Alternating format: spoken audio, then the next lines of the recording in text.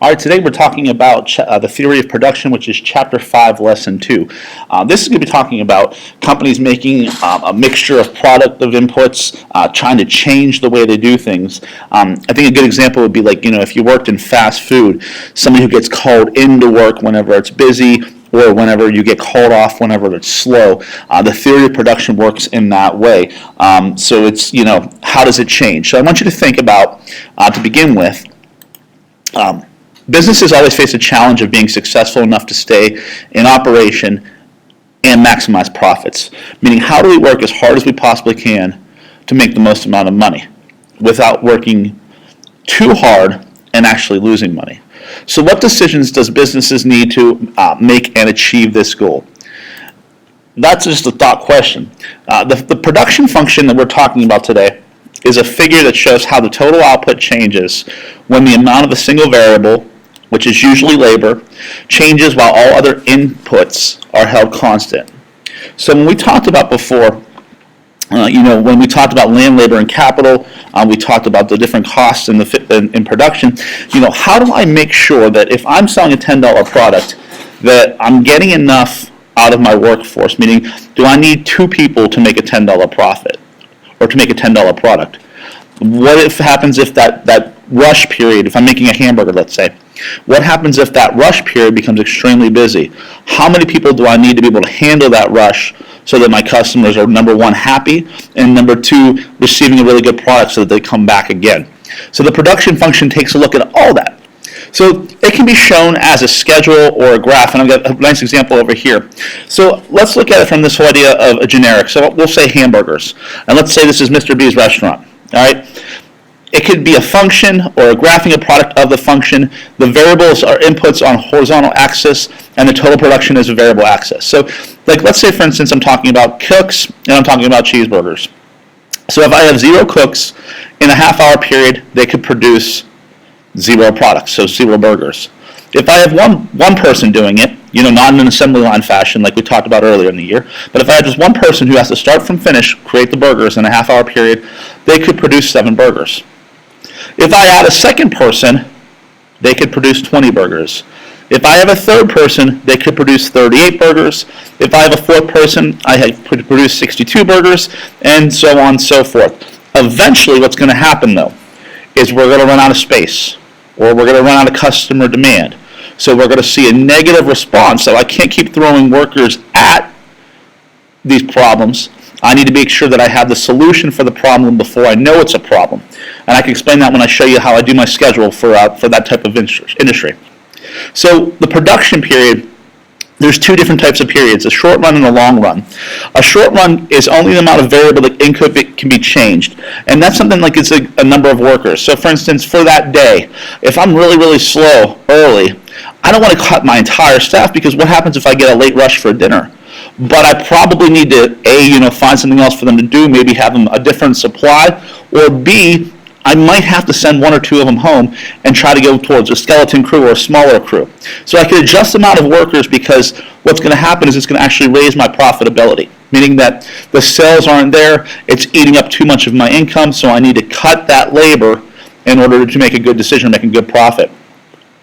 In the long run, a firm can adjust its quantities of all productive resources, including capital. And the example could be closing or opening of a facility. So, for instance, with my restaurant, we've become so busy on the weekends that we've talked about knocking down a wall and putting in a second kitchen because of the size of our actual restaurant. Now, what would happen, of course, is we would have to make a decision, because that would be a lot of capital investment first off.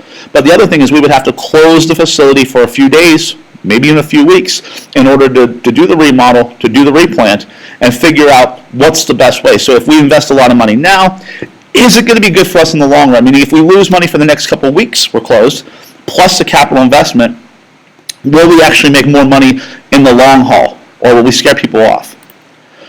So the whole idea of total marginal product in the book, it's talking about the total product, which is the total output produced by the firm. And the marginal product is simply, it's the extra output or change in total product caused by adding 1 more unit of variable input. Now from this example, again, we talked about before the burgers. So if I had 1 worker, it's 7 burgers. 2 workers, 20 burgers. And every time it goes up 5 workers, 90 burgers. All right, with my restaurant, we would start falling apart right there because we couldn't fit a physical 6th or 7th person there. But what this example here shows is eventually the marginal product is not as well. It's not growing as much. So for instance, if I had 5 workers, it increased to 28. So my marginal product was 28 for adding that 1 worker. If I add my 6th worker, I added 20 more products. So to me as a business owner, like, that looks pretty smart. That means that I'm putting my work out there and I'm still making some money. What's going to happen is the 7th and 8th and eventually the 9th, these people, these extra hours that I'm adding, these extra bodies that I'm adding to help produce the burgers are not yielding me as much of a product or as much of a profit as I need. So eventually, by throwing bodies at the problem, I'm actually creating a bigger problem for myself. So when you see here down here in the 11th and 12th, I'm actually losing out. By adding those extra bodies, I'm actually losing the ability. So it might be people who are working less efficiently. They may be tripping over each other. They might not be doing things correctly because the place might physically not be set up for it. So throwing bodies at a problem is not always a good solution. So when we talk about the stages of production. The first stage is increasing returns, stage 2 is diminishing returns, and stage 3 is negative returns. And I'm going to show this to you from a actual chart from the book. The first thing when we look at here, this is the production function where we're seeing the growth of where it's going to be. Marginal products of each additional worker increases. More workers can cooperate or specialize in that process. So we're looking at a hamburger. I got somebody who's patting the beef. I have somebody who's throwing it on the grill. I have somebody who's temping it to make sure it's perfect. I have somebody toasting a bun. I have somebody creating the toppings. And I have somebody putting it all together to make it look good.